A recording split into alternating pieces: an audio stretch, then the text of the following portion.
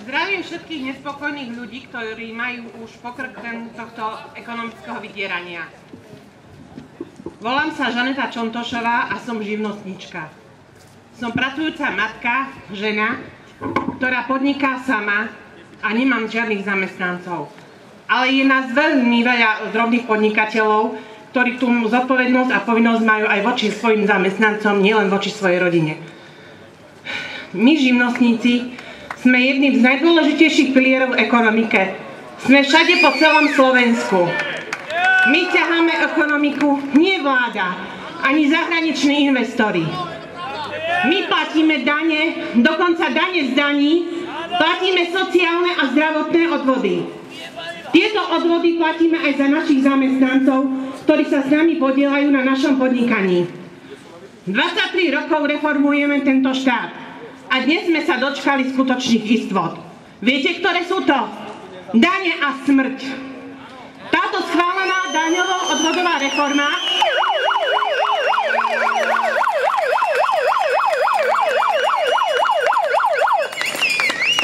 ktorá vstúpi v plnom rozsahu do platnosti v januári 2013, zavedie vyššie dane a odvody pre živnostníkov.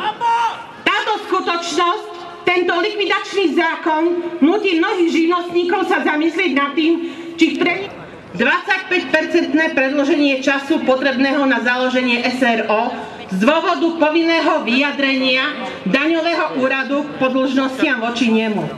A tak ďalej. Neobmedzíme a nezastavíme ani jednu medzinárodnú organizáciu, ktorá čestuje z DPH. Ešte aj takých barehovcov budú musieť nachytať na niečo inom, toto ich naozaj nezastaví. Reálny dosah to bohužiaľ má len na obyčajných začínajúcich podnikateľov.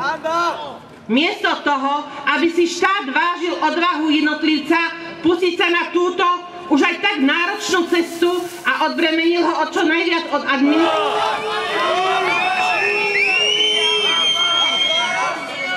Táto krajina dala zaplatiť celú stratu nám, obyvateľom na Slovensku. Dokonca tvrdou reformou a príkazom dala zaplatiť živnostníkom a nám všetkým to, čo sme neukradli a nerozdali. Máme obrovskú zodpovednosť, napriek tomu naša vláda, ktorá by nás mala podporovať, sa nám otočila chrbtom. Prečo aj my nedostaneme finančnú ani návratnú pomoc? Čo sme mali iní než zahraniční investori? Investori prichádzajú a odchádzajú. Ale my, občania podnikajúci a žijúci na Slovensku, zostávame. Pretože kto dokáže opustiť rodinu? Kto dokáže opustiť túto krajinu? Jedine ten človek, ktorý je rok čo rok vlastnou vládou tlačený k múru a nemá kam už uniknúť.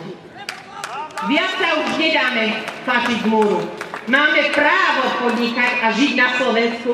Máme právo na zjednodušenie nášho podnikania. Na záver len toľko. Som nespokojný živnostník, nespokojný občan. A dnes som tu s vami.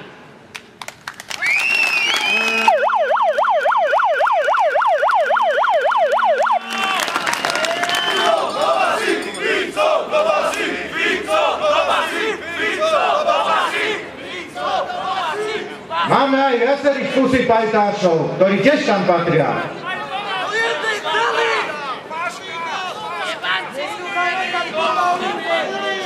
Otázka. Chcete ešte pár čísiel? Ja viem, že čísla nudia. Áno? Dám jednu anketu ešte. Je tu niekto, kto nevlastní auto? Ruky hore, kto nevlastní? Ďakujem. Vlastníte, milí moji, ani o tom neviete. Len je na nesprávnom mieste. Ste akurát zabudli ulicu, kde ste si ho odstavili. Aspoň podľa toho, čo tu pozerám, štatistiky zadlženia každého občana, čiže aj toho novorodenca, ktorý sa akurát narodil ešte v pôrodnici, tak naši pusipajtáši za tých 23 rokov nám urobili sekeru 6100 eur nahor. Napriek tomu stúpla kriminalita o 300%.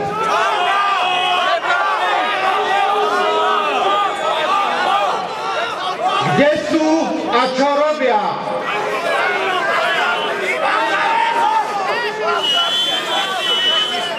Nárast násilných trestných činov, čiže lúpeže, vraždy a podobne, 154%. Celkovo materiálny, finančný nárast škôd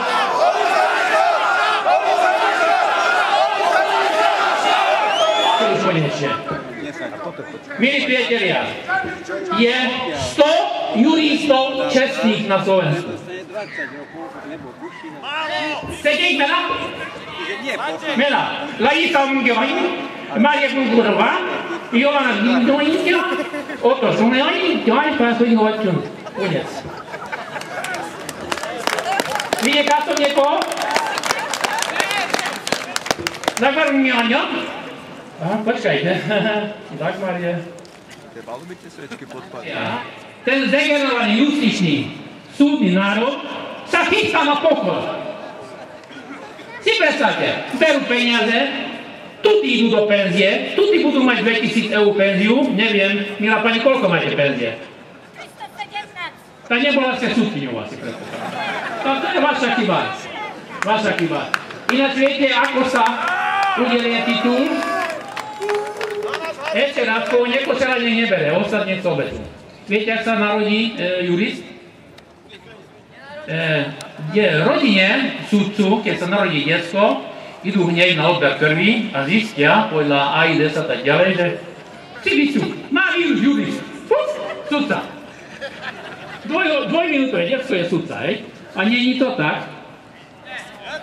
Starý otec, penzionovaný bývalý súdca krajského súdu, jeho dcera je náhodou krajská súdkyňa a tej dcery manžel je prokurátor krajský a jeho bratne vyšetrovajte bývalý geológ, hej? Fantázia. Nechcem nikoho uraziť, ale prepáčte, pedagógovia, ostatných profesí, nehambíte sa, neviete vyprodukovať normálnych ľudí, tu len juriste, všetko. Ja tak viem, že prezident je jurist, hej? Sa mi zdá. Ty to jurist? Má. Hrušovský má? Má. Kto nemá? Ja. Ani... Milí priateľe, bol pred 10 rokami zavedený inštitút ombudsmana. Ne ombudspani, ombudsman. Viete, čo robil ombudsman 10 rokov? Kryje záda zlodejom. Si predstavte, pani Dubovcová teraz píše na to, že ombudsmanovi vyčíta, že nedá ani žiadny trest na súdne prieťahy bývalý ombudsman pán Kandrač. A Kandrač nič sa ohradil. Keď sa niečo vyrieši po 18, 20, 30 rokoch súdneho procesu, tak prečo by mala aj sankcia? Kandrač tvrdí, že v disciplinárnom trestaní súdcov nevidí zmysel. Skúste urobiť potravy na ukradnúť kilo cukru. Hneď vyriešia vás, ale máte 15 rokov.